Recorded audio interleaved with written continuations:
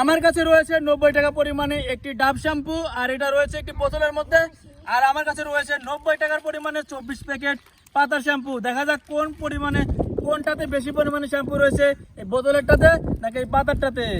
Guys, প্রথমে আমরা এই 90 টাকার এই শ্যাম্পুটি আমরা এই কাপের মধ্যে ঢেলে দেখবো কতটুকু হয়। গাইস, যতটুকু পরিমাণে হচ্ছে বেশি একটা পরিমাণে নেই বলে মনে হচ্ছে, তবে আমি সবটুকু ঢেলে দেখবো কতটুকু থাকে। 90 টাকার শ্যাম্পুতে এতটুকু পরিমাণে শ্যাম্পু রয়েছে। এবার আমরা দেখবো এই পাতার শ্যাম্পুতে কতটুকু শ্যাম্পু থাকে। এবার আমরা প্রথমে একটা ঢেলে দেখলাম গাইস, একটাতে অনেক খানিক পেলাম। 5 প্যাকেট একসাথে কাটবো আর একসাথে ঢালবো। গাইস, 5 প্যাকেট ঢালতেই দেখো অনেক পরিমাণে বের হয়ে আসতেছে। এবার আমরা আরো একবার 5 প্যাকেট কেটে ঢালবো। আমরা আবার 5 প্যাকেট ঢালতে চলেছি। গাইস দেখো, 16 প্যাকেট ঢালতেই কত বেশি চলে এসেছে।